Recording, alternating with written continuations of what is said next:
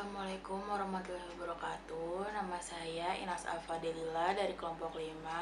Di sini saya akan menjelaskan step pertama dalam sistem pencernaan. Yang pertama itu ada mulut.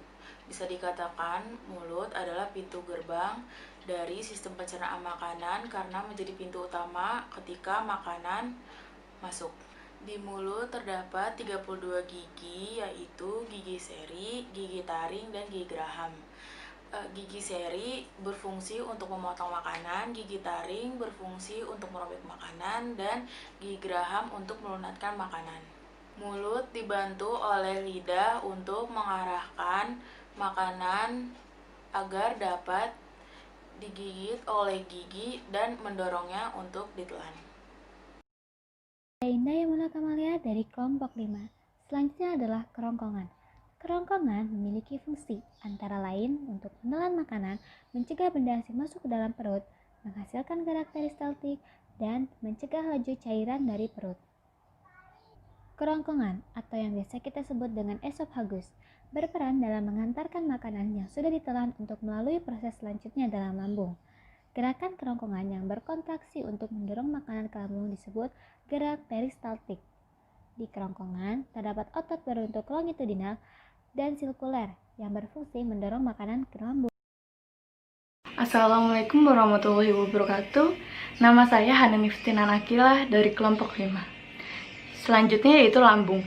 Lambung berfungsi untuk menyimpan makanan untuk disalurkan ke usus halus dengan waktu yang ditentukan untuk pencernaan dan penyerapan. Di lambung terdapat 3 bagian. Yang pertama itu kardiak, yang kedua itu fundus, dan yang ketiga itu adalah pilorus. Pertama, kardiak berfungsi untuk menyambungkan kerongkongan dengan lambung. Yang kedua yaitu fundus. Disinilah pencernaan dimulai.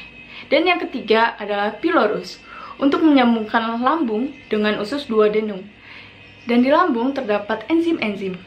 Yang pertama itu ada enzim pepsin, berfungsi untuk mengubah protein menjadi pepton.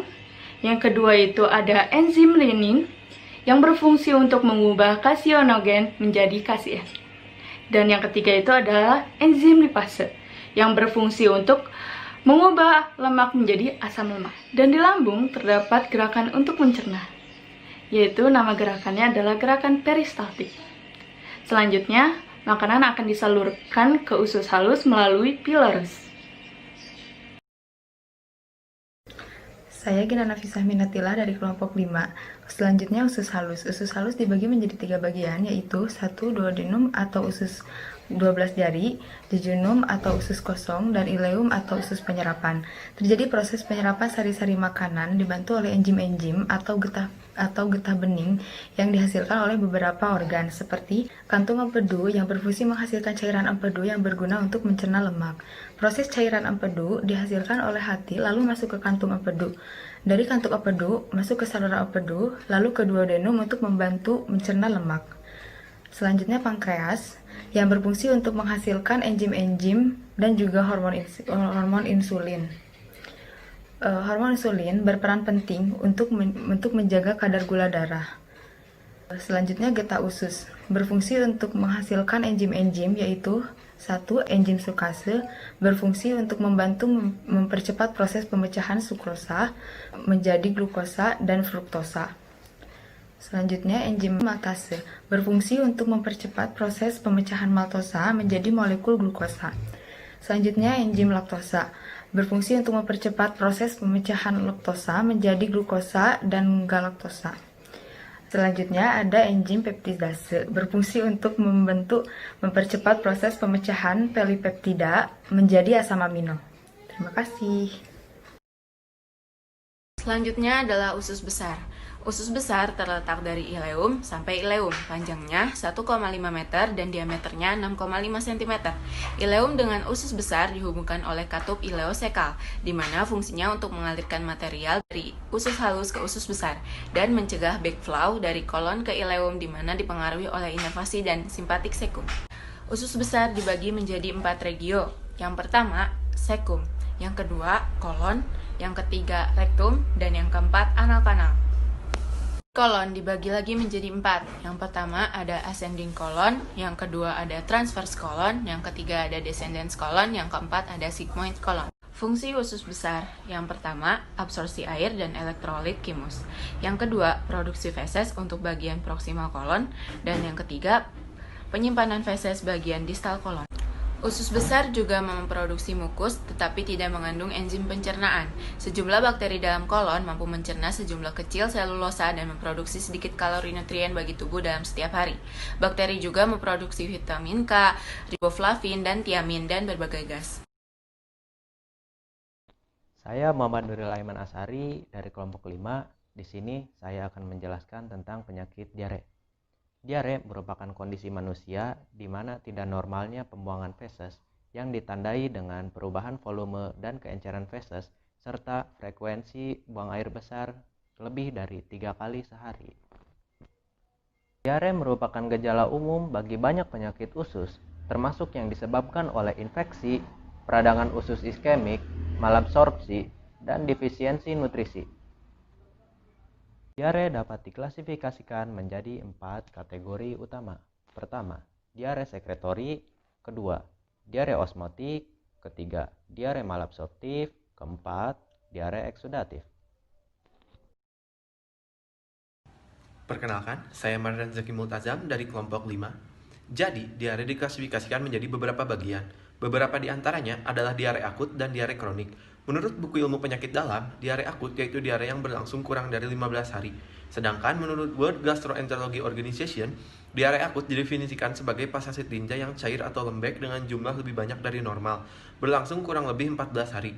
Sedangkan diare kronik adalah diare yang berlangsung selama 15 hari.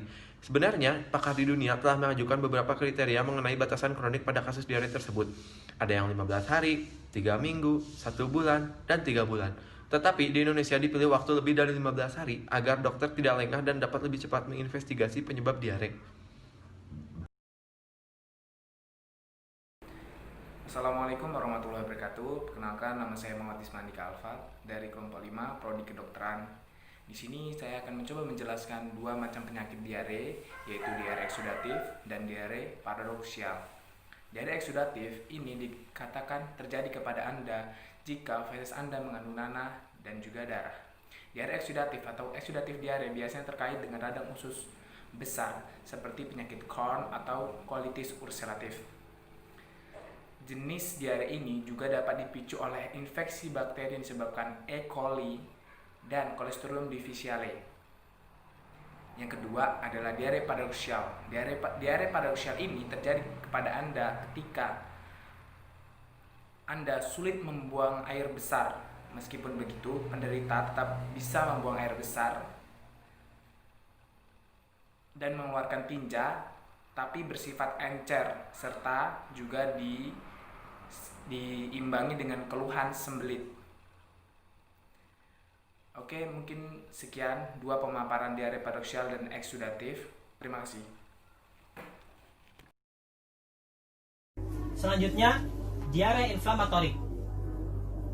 Diare inflamatorik ini terjadi akibat kerusakan pada mukosa usus. Penyebabnya biasanya adalah virus, bakteri Salmonella, Shigella, dan masih banyak yang lainnya. Pada diare inflamatorik ini terjadi inflamasi, dan akibatnya tadi adalah rusaknya mukosa usus. Inflamasi ini mengeluarkan mediator inflamasi yang akibatnya adalah setelah rusaknya mukosa usus terjadi eksudasi air dan elektrolit ke dalam lumen usus. Kemudian akibat dari yang kedua adalah produksi mukus pun meningkat, dan yang terakhir gangguan absorpsi sehingga terjadi hyperperistaltik.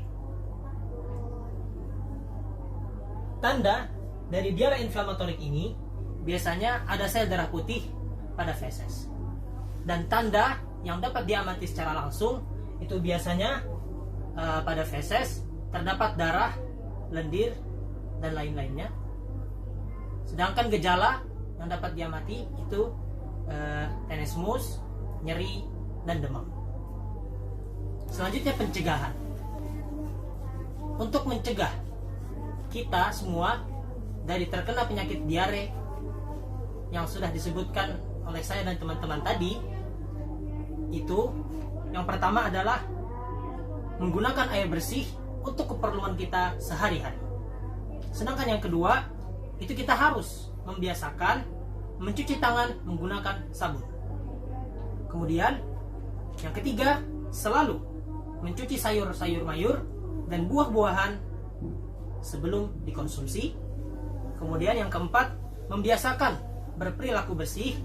Dan yang terakhir, memberikan ASI kepada anak selama 2 tahun.